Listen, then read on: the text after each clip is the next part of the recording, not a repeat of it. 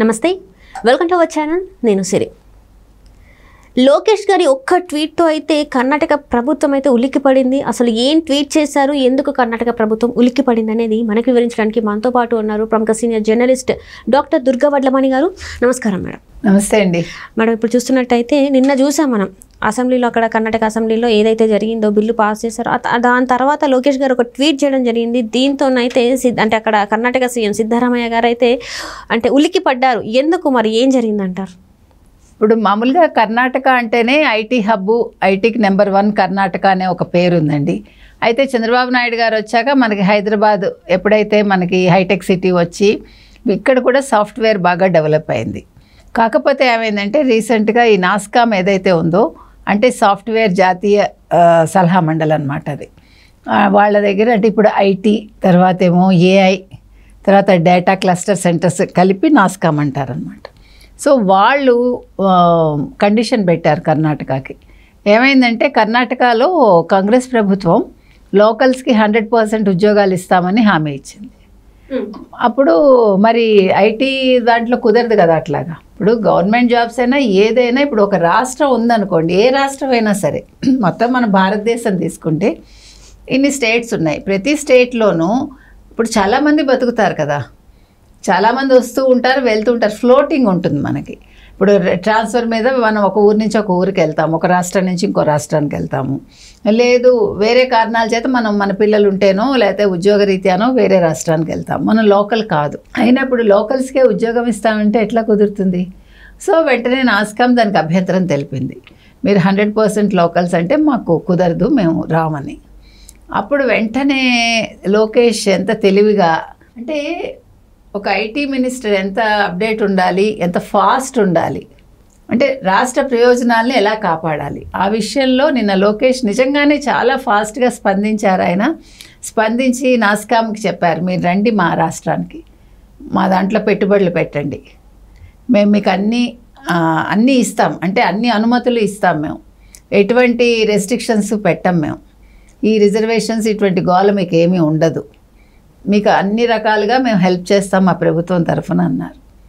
అప్పుడు వెంటనే సిద్ధరామయ్య ప్రస్తుతానికి రిజర్వేషన్స్ పాలసీ పక్కన పెట్టాడు, కంగారు పడి.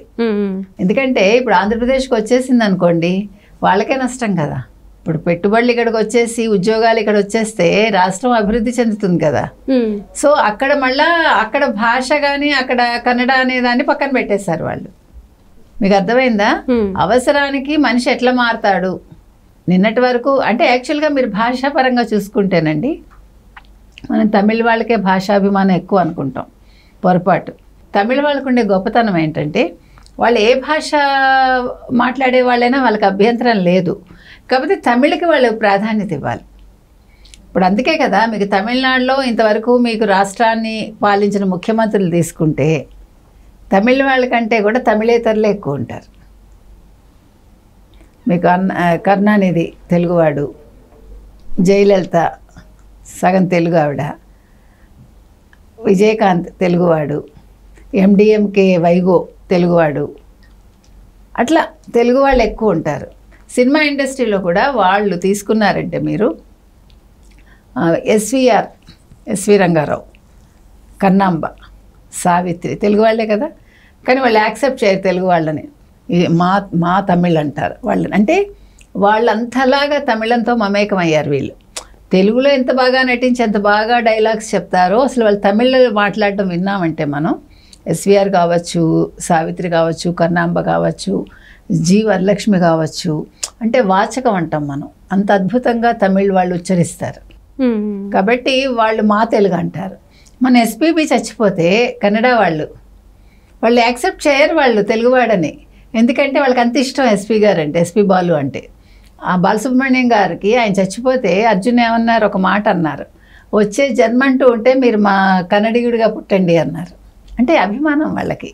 ఇప్పుడు తమిళ వాళ్ళే కదండి, బాలమురళిని నెత్తిన పెట్టుకున్నా, వీణ గాయత్రిని నెత్తిన పెట్టుకున్నా, ఎంతమంది తెలుగు వాళ్ళు, ఎంఎల్ వసంత కుమార్ని నెత్తిన పెట్టుకున్నా, అసలు వాళ్ళకి గుర్తింపు వచ్చిందే తమిళ వాళ్ళ వల్ల. ఈవెన్ త్యాగరాజస్వామి బతికి బట్ట కట్టారంటే ఆయన కీర్తనలు ఈ రోజుకి, ఆయన తమిళనాడుకి వలస వెళ్ళటం వల్లే. అదే ఆంధ్రదేశంలో ఉంటే మన వాళ్ళు గుర్తించరు. తెలుగు వాళ్ళకి తెలుగు వాళ్ళు అక్కర్లేదు, వీళ్ళు ఏది నెత్తిన పెట్టుకోరు అందుకే కదా ఎన్టీ రామారావు గారు ఉన్నంతకాలం బాలమురళి గారు ఇక్కడ నేను రానన్నాడు ఆయన. ఎందుకంటే గుర్తించలేదు అతన్ని. ఎందుకు చెప్తున్నామంటే భాషాభిమానం ఎంత అవసరమో రాష్ట్రం మీద అభిమానం కూడా అంతే ఉండాలి.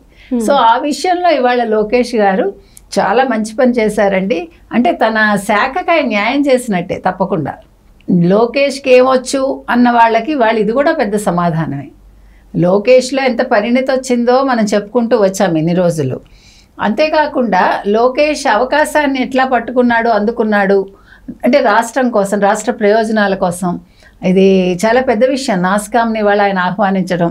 ఇప్పుడు కన్నడ వాళ్ళు చచ్చినట్టు దిగొస్తారు వాళ్ళు. ఎప్పుడూ కూడా మనం ఏమండి మన ప్రాంతం వాళ్ళకి ఇంపార్టెన్స్ ఇవ్వాలండి. మనం ఇవ్వడం కాదనం.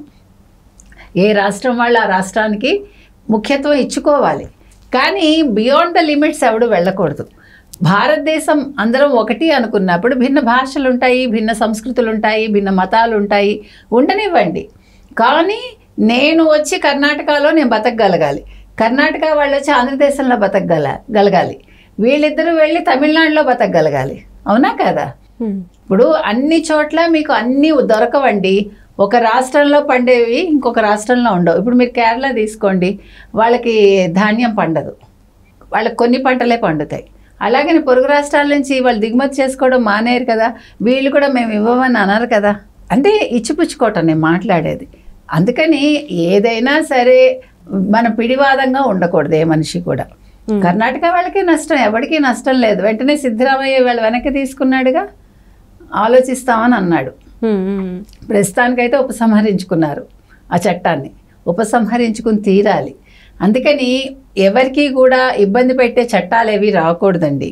మన ప్రజల్ని మనం కాపాడుకోవాలని చెప్పి మన విపరీత ధోరణిలో విపరీతంగా చట్టాలు తీసుకొచ్చి ఏది కూడా అంటే విపరీతంగా ఉండకూడదు. భాషాభిమానం వేరు, దురభిమానం వేరు. సో దురభిమానంతో ఏ పని చేసినా కూడా ఇట్లాగే ఉంటుంది. కాబట్టి ఇది కర్ణాటక వాళ్ళకి ఇది ఒక అంటే అనుభవం, ఒక మంచి పాఠం. ఇది ఆంధ్రప్రదేశ్కి ఇది ఒక మంచి అవకాశం.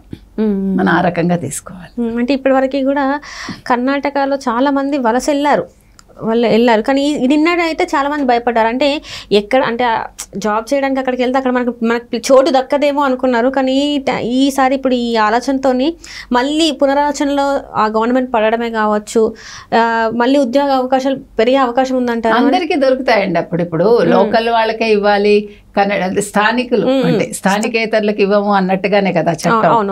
సో ఇప్పుడు స్థానికేతరులకు కూడా అవకాశం దొరుకుతుంది, ఏమీ బాధ లేదు దానివల్ల. లేకపోతే వాళ్ళకే నష్టం అండి. ఏమండి, ఒక రాష్ట్రం అభివృద్ధి చెందాలంటే భిన్న ప్రాంతాల నుంచి ప్రజలు వస్తారు, వాళ్ళు పనిచేస్తేనే కదండి. ఒక్కొక్కళ్ళ దగ్గర ఒక్కొక్క నైపుణ్యం ఉంటుంది. అందరిలో అన్ని ఉండాలని లేదు, ఉండకూడదని లేదు. ఇప్పుడు ఒక తమిళనాడు నుంచి ఒక అబ్బాయి వస్తాడు, ఆ పిల్లాడు చాలా తెలివైన వాడు కావచ్చు. లేదా ఏపీ నుంచి ఒకళ్ళు వస్తారు, అతను ఒక కొత్తది ఏదో కనిపెట్టచ్చు. అంటే కర్ణాటకలోనే ఉండి, అది కర్ణాటకకే కదా ప్రైడ్. అక్కడ భాష చూడం మనం. ఇతను తెలుగువాడా, తమిళవాడా, కన్నడవాడా, మలయాళం వాడా చూడం మనం.